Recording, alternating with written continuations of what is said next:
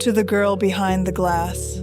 Dear girl behind the glass, I know you. I know the quiet corners you sat in when the room felt too loud. I know how often you watched instead of joined in.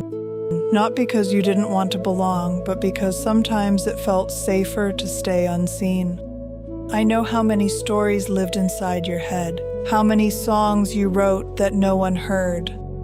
How many pages you filled with thoughts you never shared. You spent so much of your life believing your voice wasn't important enough to take up space. You learned how to listen before you learned how to speak. You learned how to carry other people's feelings before you learned how to understand your own. And somewhere along the way, you started to believe that being invisible was the same thing as being safe. For a while, maybe it was, but safety and living are not always the same thing.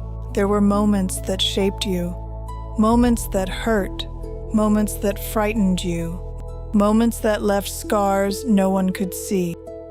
There were days when anxiety sat beside you like an old friend and convinced you that the world was something to survive rather than something to experience.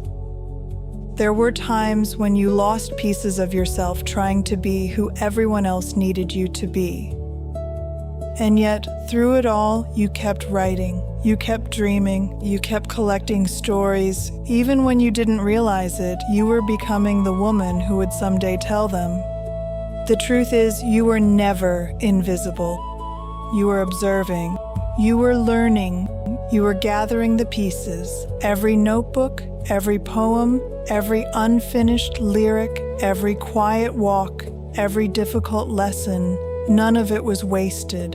It was all preparing you for this moment. One day you will stop hiding your words. One day you will stop apologizing for your voice. One day, the songs you kept to yourself for decades will find their way into the world. And when they do, people will hear pieces of their own lives in them. They will hear their fears, their grief, their hope, their healing, and they will realize they are not alone. You spent so many years looking through the glass. This book is the moment you finally step through it, not because you became fearless, but because you finally understood that your story matters. Your voice matters. You matter. So thank you for staying. Thank you for writing. Thank you for surviving the chapters you didn't think you could survive. The woman writing this letter is living proof that you made it. And the best part?